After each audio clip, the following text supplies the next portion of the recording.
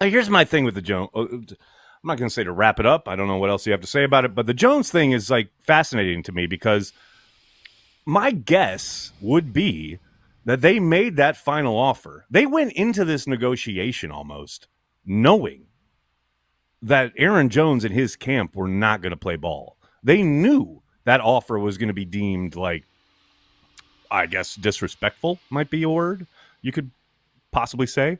So I it's so guess. fascinating to me to hear Gutekunst both at his season-ending presser and then again in Indianapolis, like what, 2-3 weeks ago. Absolutely, Jones, 100%, absolutely going to be on the team. Like that's not usual for Goody. Like that's not his. Normally, if he says something like that, as assured as that, because if you compare that to the way he talked about David Bakhtiari, I mean, the writing was on the wall with Bakhtiari, and the tone reflected that. But the Yeah. way he spoke about Jones was very different. So that's why I think it was so surprising to me. You know what I mean? Because Goody was like, Well, "Yep, absolutely, he's going to be on the maybe team." they just thought that they could make a market analysis argument that he wasn't going to get a whole lot more. But I Right, think which he didn't, by the way. clearly they missed. Clearly they just missed. I mean, it's. I talked to someone actually with the Vikings who said, it's always the new team that the player is going to be willing to take the cut with because Yep. you consider everything you've done for your Unless you're a old quarterback. team, unless you're a quarterback. But Unless like you're you think making about it, and I get $75 it, billion a year, and then you're like, "Oh, right? I'll Well, take then 10 million in guaranteed money no, this year, so I can that take ain't a going to little happen. cut." That ain't going to happen. But it's like I just think the Packers made that with every intention of like basically knowing that they're going to say no to this. Especially it's Rosenhaus, the agent. He's never going to agree to that after having taken a pay cut last year. No chance. They had to have known he was going to say It's no to just that. weird when you look at somebody posted, I think it was Ken Ingles, they posted what we got Jacobs for, and it's literally Right. the It's same the same deal that deal they Aaron gave Jones Jones. did Right. 2 years ago.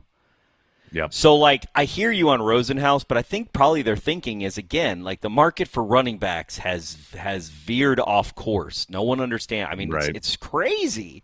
It's crazy. It's just it's dried up. Yeah. finally, the understanding of the marketplace is that of all of the players that can last past 30 years old, running back is off the table. Like it's off. Yep. It's off the table. Completely. If you have Completely. 1,000 yards, you're not going to be able to do that past 30. It's just that it's not even a true thing. It's just the way people are thinking right now in the market. It's crazy. Yeah. No question. Yeah, to kind of wrap it up, the thing, of course, that makes it exponentially worse is that it is the Vikings. The fact that Aaron Jones has 30 fucking other teams to choose from, and apparently was like not even I guess not even considering any other alternatives. Although it is funny to me because you have to think after the Packers rescinded that offer on Friday, he's still a member of the Green Bay Packers, and supposedly not supposed to be talking to any other team, but they've got to know at that point, well, the Packers are probably going to go out and do something. And then the Packers release him on Monday. And then overnight, this Vikings thing happens. It's like, Rosenhaus was on the phone over the weekend being like, look, if the Packers or when the Packers release him, what you got for us? Like, that Of just course. feels so obvious to me. It's just weird because did they offer him 7 million? No, right? Who, the Packers? I think everybody's because he that's what he got from the Vikings, right? Um, Essentially, like totally with I incentives. know it's all There's BS, there's a right? I breakdown. know it's all It's BS, but mostly, like, but it's pretty similar. Like, here's the thing. Yes, you got about $1 million more with incentives in Minnesota, and the salary would have been a lot less in Green Bay, but with incentives, he could have got up to like 6, right? So the difference is pretty negligible. And also, it somewhat proves the Packers' point that this is your market. You know what I mean? Like, I yeah, hate that you've got well, to but take it a pay cut, also, but I this think is the market for your a lot of people's services. problem on the old X is that if you're that close, like why not just Why not just bump it up? And this is my other bump it point, up? because they wanted to move on. They're done dealing That's with the that's the injuries, reality. the fact that they That's the see reality. him on the sideline when he's even healthy, quote unquote.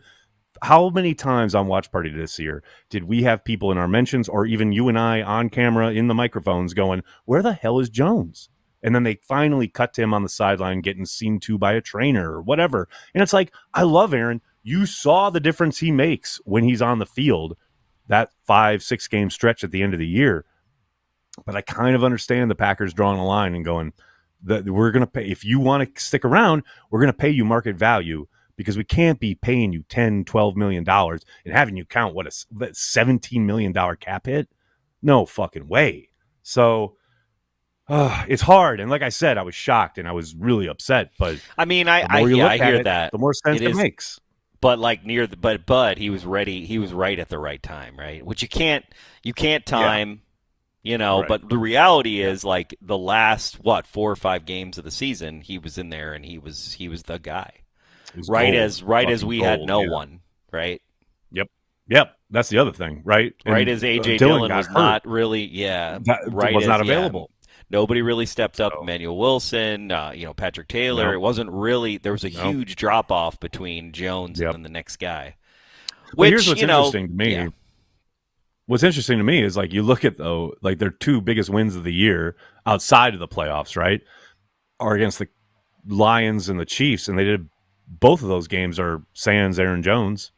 So when you look at it and you're like, well, there's another way to win, right? There's another, like, you don't need Aaron Jones to win the game. Now, obviously, he's super talented and completely changes things when he's on the field, but it's when he's on the field that is such a kind of big, humongous if, that I think they were just done dealing with, at least at that salary. Next up, hey, what was so funny is all of this happened after we got the news that Devondre Campbell was getting released.